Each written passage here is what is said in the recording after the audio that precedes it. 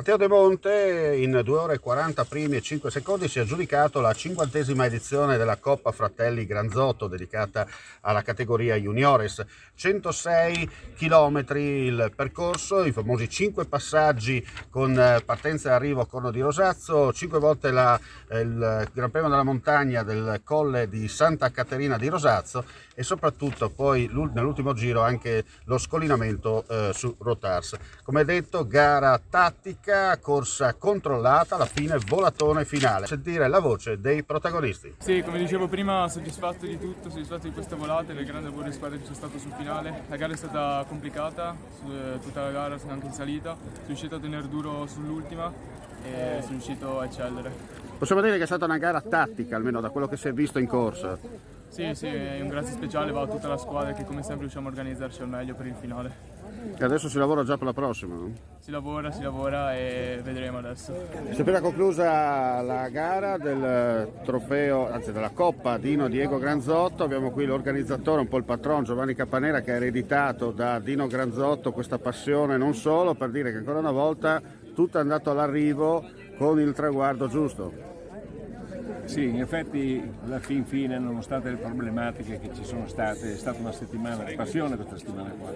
Al momento, dall'inizio che stavamo per non fare la gara, solamente su sollecitazione del sindaco abbiamo deciso di andare fino in fondo.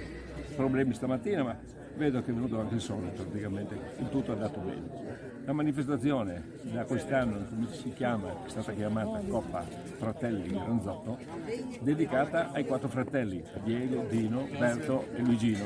E praticamente si è ritenuto in questo modo di dare poi continuità con questo nome, ricordandoli tutti 4.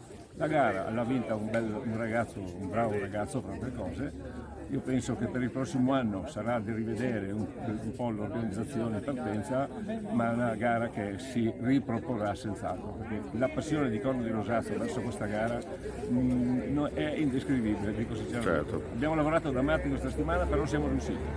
Complimenti. Grazie.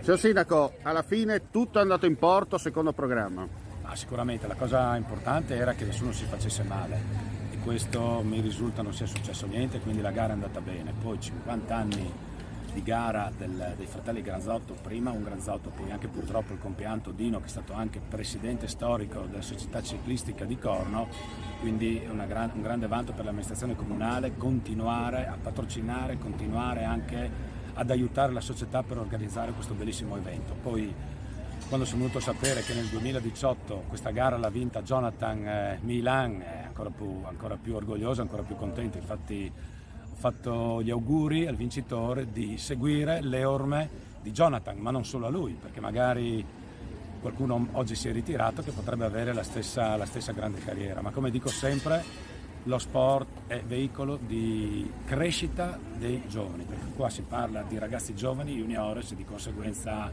la prima cosa, quello che ho detto anche al direttore sportivo, è quello di insegnare a vivere, insegnare il rispetto per l'avversario, e quindi in bocca al lupo a questi giovani atleti che abbiano un grosso futuro. E invece l'assessore allo sport oggi in veste non calcistica? Ribadisco quello che ha detto il sindaco, sicuramente è uno spettacolo. Complimenti alla famiglia Granzotto, 50 anni di organizzazione di questa bellissima corsa. Faccio i complimenti al vincitore e auguro, come ha detto anche il sindaco, ai ragazzi di sognare e di fare sport che è salute. Perfetto.